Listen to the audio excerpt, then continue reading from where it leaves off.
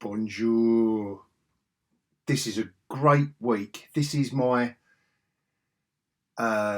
celebration of superheroes this week, because for some reason it's an action-packed week, and it just makes you realise that when superheroes are done well, you begin to understand why there was a multi-billion-dollar film industry built around these characters and these superheroes. Because when you get it right, it's awesome. It's the spirit of it, the action, the heart of it, which is normally, you know, either best friends or family dynamic. Whatever it is with superheroes that distill storytelling down to something wonderful. This week's stash of books, and you know that I'm normally all over the indies, which I'm not saying, and there's some good ones here as well. So, but do you know what? I decided to do my 6 of the best barring one. These are all superhero books, and this is how controversial it's going to get. I'm going to start off with a DC book. Oh my God, who knew? Who knew? These new Dawn of DC books, I've got to say, I've not picked them all up, but the ones I've picked up have been good, and that is one of them. Because if you've never read, the thing I love about it is, if you've never read Green Arrow before, you've never heard of the character before, you've got everything in one comic, and I love it. Superhero feat, they're getting Doctor Strange right. They're getting Doctor Strange right, and I want to shout about it. More Strange, but obviously he's not in it, but it's the Strange Academy. The last issue of this story arc, still superb from Scotty Young. I know I've done this one before, but this is the last issue that kind of wraps it up. And if you haven't got all 6 issues, just go and get the graphic novel. I hope they do a big bumper one of all 24 issues, because there was an 18 issues and plus this 6. Yeah, I'm good at maths as well. I hope they do a big bumper, mega graphic novel with some sketches and stuff, because I'd buy a graphic novel as well as having all the comics. Oh. Daredevil and Elektra versus the Avengers. Yep. This is what I mean about superheroes this week. Now, a new take on it, Mark Millar. Now, forgive me, because I know obviously I'm late to the game with issue 2, but I've got issues 2 and 3 here, right? And Mark Millar, this is issue 3 out this week. And I know I did issue 1, but Mark Millar's nailing something here. And what it is for me is that he's not going down that deconstructionist route and making it funny and what would happen to Lois Lane's head if Superman had sex with her and all that. You know, we've had Kick-Ass, we've had The Boys. We've had Deadpool. The steam's running out of all that. The steam runs out of that quickly. What he's done here is he has kind of deconstructed it, because the main character in this is creating superheroes. But how he's doing it is a wonderfully modern, but at the same time loving superheroes. And that's why I love this book. It's not hating on it like all the modern revisionist deconstructionist stuff does. And I know it's got an audience. I know it has, but I'm not it, unfortunately. I don't mind it once or twice. I think it just runs out of steam. But with the Ambassadors, he's really carving out a nice story there that is so modern and fresh, with the tech and the inventiveness of it, but nevertheless, the storylines are relying on, like I said at the beginning, family, best friends, relationships, and superhero abilities. Love it. Love it. And if it wasn't for this last comic, Ambassadors issue 3 would have been book of the week for me. But the non-superhero comic I've chosen is this baby. And it's because well, it's book of the week because I said so. But it's not a superhero book, and that is the only non-superhero book in my top 6. So that's why I'm calling it a celebration. And to continue on that theme, a few also rans. Greg Land's artwork in this. More superheroes. The Avengers. I won't say it's as good as Avengers Across Time because that's the old-fashioned Avengers for me. Is spot on. But this is for a modern tale. This is, I think that's about as near as you're going to get. More superheroes, but with a fantasy twist. Vanish. That has been consistently superb. Consistently. This was a good read. You know how much I love the Marvel Star Wars stuff, and this didn't disappoint either. And there is a beautiful. We all know Peach Momoko's work. A beautiful story in there. I'm not going to show it because you need to pick that book up, and I cannot do that story justice in my videos. Pick that one up. You know I shout about this every time I get the opportunity. New story arc kicks off, issue 7. Well worth jumping on right now. Jump on that. Trojan is issue 4 is finishing it all off. That has been a nice punchy quick story. It'll make the thin old, but AWA do tend to do those thinner graphic novels. But I'm not against that, to be fair. It doesn't mean it's any less of a story. That's what's going to be 90 pages maybe. In a graphic novel. Last issue of Plush. I think I've explained enough of this book by now, and everyone's aware of how mental it is. But like I say, it's an also ran. These are all, just being picked at the post by the superhero genre this week. And Dead Romans again. What's a hybrid of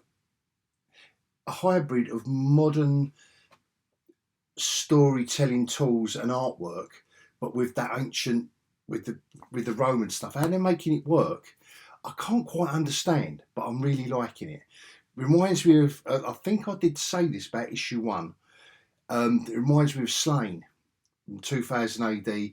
Not when Bisley was on it so much, because the artwork doesn't remind me of Bisley at all.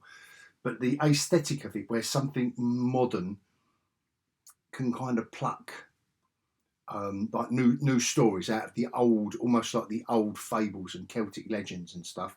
And this is kind of doing a similar thing for me. It just has that feel to it, as if this could have been in 2000 AD back in the day, like Slain was, because it wasn't. I know it's supposed to be sci-fi, but they did run the odd fantasy story, and I think this would not have been out of place in 2000 AD. That's enough ramble. Join me after the scroll for the deep dive into the 6. Well, it's 7 of the best, but I won't. There's a couple here that I can't reveal too much because it will spoil the endings for you, and I do not want to do that because they're superb, absolutely superb storytelling in all of these, but in particular a couple. So I'm going to stop rambling. Let's get into it.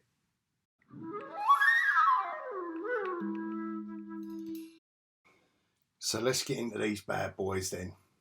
Starting with this Dawn of DC, Green Arrow. So they're all designed to, rekindle interest in all the main characters. And I must admit, it certainly did it for me.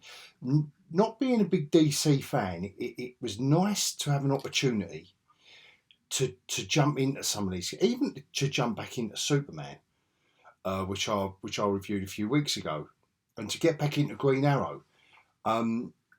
Opens up with a bit of a mystery, and then literally gives us a blow by blow.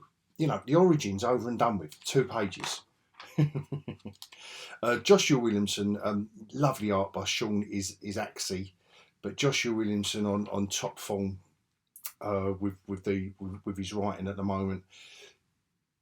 Action packed, zips along. The artwork's lovely in it. And here we go. Is they just give it to us, bit by bit. Black Canary is her relationship. Yeah, here we go. But it's still left enough. It's still left enough. This story really did zip along whilst introducing all the characters. It was very economical. There's no fat on the bone of the storytelling in this first issue, and I loved it for that. Loved it for that. Nice heartfelt moment there as well. You know, little bits of flashback stuff, and this is very nicely accomplished, and I will stop it. Yeah, I'll stop it there. I'll stop it there because I think that's enough of a teaser for this book. A good solid superhero book. Joshua Williamson selling us the superhero fare that I love. And this book I love as well. I know I've done issue 1. The relationship, lovely Alex Ross cover. Jed McKay, Pascal Ferry on the artwork. I'm not really much of a lover of Moon Knight, but he ain't this version of Moon Knight, whether he's suited Moon Knight, whatever they call it. The relationship between Doctor Strange and Clea in this, and I've been following him since day 1, I'm really enjoying the strength that they have together. And this story is pure. This is pure Doctor Strange in the dream realm, confronted by their, you know, as you can imagine, you know, their opposites in the dream realm. And, you know, this isn't as mad as old Tradmore on that mini-series when obviously he was often being dead. But nevertheless, I'm really enjoying the story and the artwork. It's a lovely job. Doctor Strange is back. Here's Nightmare. Look what's happened to him, and they're saying we can't do nothing about it. And he's blaming Strange. So the mystery unravels. And they have to go deeper into this realm to solve the puzzle. Yeah, it is just beautifully done. And again, it romps along. Nicely paced, you know, you've got your little bits like this with the eye Agamotto and all of that. If you love your Doctor Strange, I love the fact they're using the old logo as well, just to let us know. Maybe it's just to let old crusties like me know that you're in safe hands. But nevertheless, they don't use the old logo in this because it doesn't need it. And old Scotty Young with Humberto Ramos, as this has been such a fun read. It is unbelievable. It really is a fun. At the end of the last, I was going to say episode. Then, at the end of the last issue, we get some parents turning up who we didn't think was going to turn up, and it's all kicking off with what's her name now? With Emily versus Doyle, who's obviously, you know, the Manu's, is it his grandson or kid? I don't know what it is. This Doyle. And this is the one where I've got to be careful because this is the end of the issue, and Scotty Young's storytelling, he just nails it. You know, he's thrown some zombies in here. There's plenty of magic. The colouring is beautiful on this. The artwork with Humberto Ramos, Edgar Delgado, combined with Humberto Ramos on this. Look at this. It doesn't get better than this. And I know I'm calling this a superhero. It's kind of like the Magical Academy that we've all come to know and love since Harry Potter came out. But this is different. This is superhero comics. I know it's magic as well, but this is superhero comics, and they are done really, really well. Really well. Yeah, look at this stuff. That combination. Yeah, I'm not going to reveal any more of that because it will only be spoiling it. How's this for a cover? Look at the samurai swords in the snow, like broken cap shield. Daredevil blood in the snow. Oh yes. Here we go. Like I say, and Chip Zdarsky, he knows how to write. He knows how to write. We can't fault him. And we've got the Avengers, and with Spider-Man in there as well. We've got Electro. It's all kicking off. This issue, it is all kicking off. And well, and everything you want to happen in this, Daredevil versus Spider-Man in the dark, but the Daredevil's inner monologue, making you realise how strong Spider-Man actually is in the superhero world. Captain America versus Electro, and he doesn't really want to do it until he stabs Captain America. Black Panther, here he comes. He's having a tussle with Electro as well. And look, there's not a speech balloon in every single panel. They pace it. I love the kind of manga-esque way that Checletto, I always get his name. Is it Checletto? And anyway, the guy's art is amazing. It's absolutely amazing. Like the way they've done the kind of, they didn't go for the green kind of night vision goggles version, but they went for maybe Daredevil, what he might see, and the billy clubs, and etc. This really does romp along. Again, I'm flicking through because I don't really want to spoil too much. I don't really want to, there's a couple of little nitbits in this if you've been following it. And I must admit, this isn't a jumping on issue. You would need to have read, the whole arc by now. It's too late. I mean, I don't know how many issues they've got left to complete this story. Probably a good couple of issues left. But cracking read. That's a great book. That and The Punisher are great books. So, like I said at the start, the ambassador. This, we haven't got to explain Mark Millar. What he's doing is he's having different artists on each book, which is a nice touch. And the premise is, here's some terrorists in India, blowing stuff up. A kid sacrifices himself, and she decides to make him one of the superheroes. She's after, I think is it half a dozen or a dozen in issue 1 that she's after. And the stories roll off at the moment. You've got the thread of a big bad in the background from issue 1. But this is all about Ambassador India and this young kid being shown.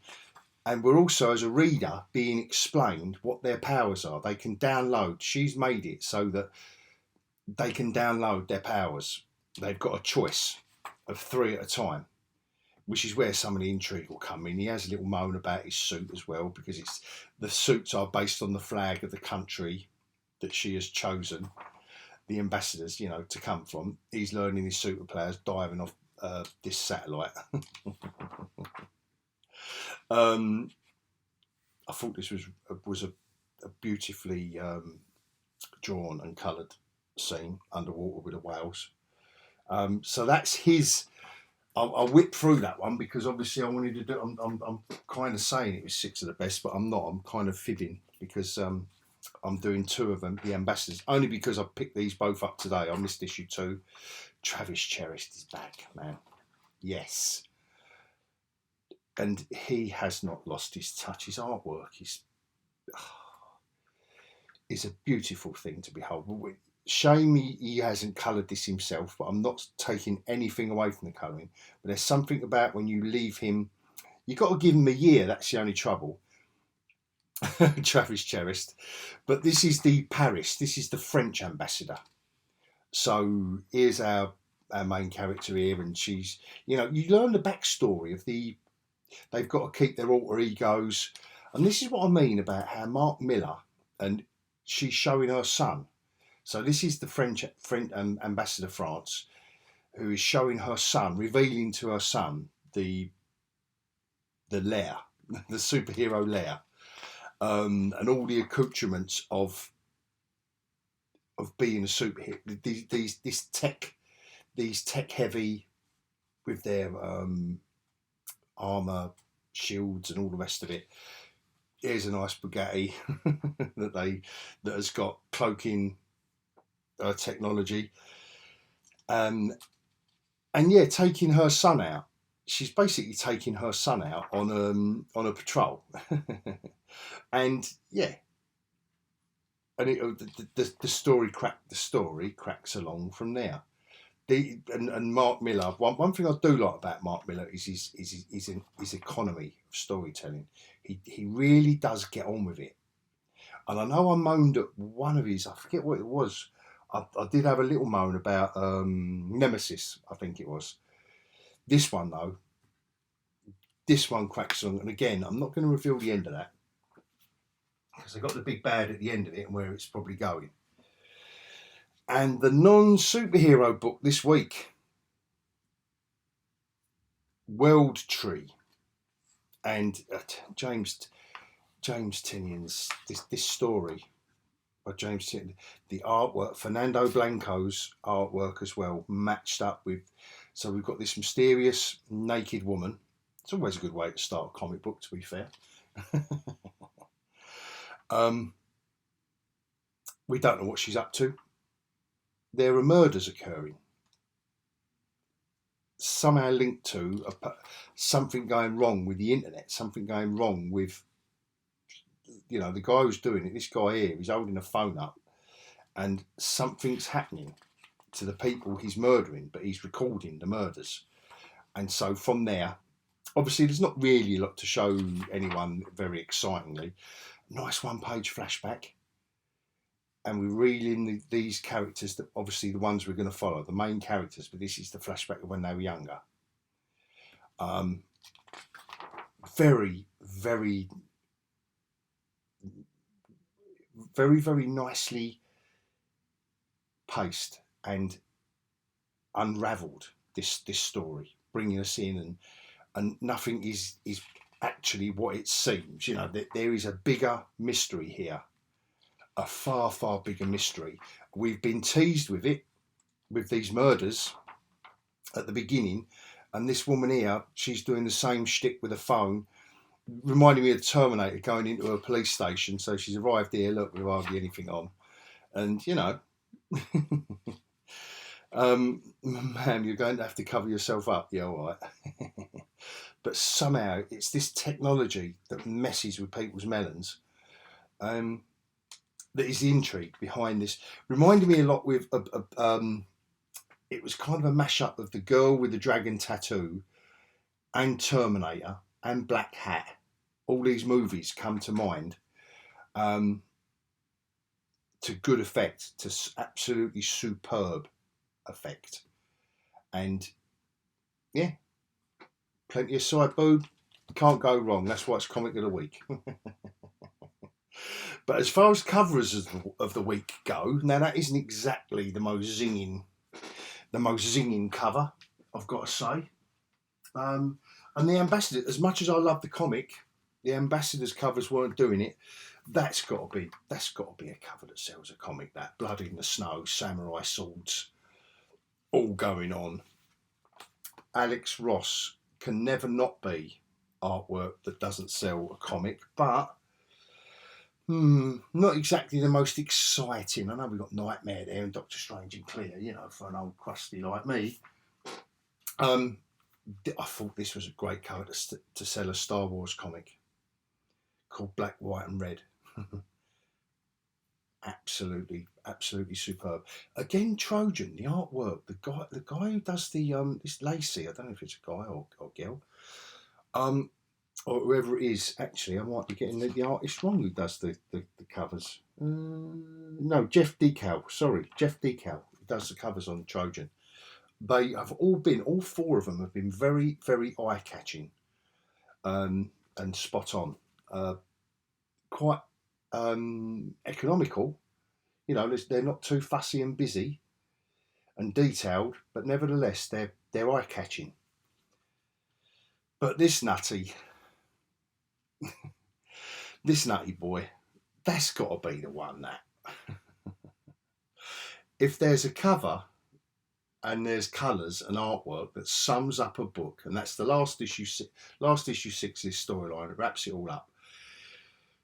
Princessa Sassy Pants, like ripping his suit apart like Superman with the hat, with the costume on. For me,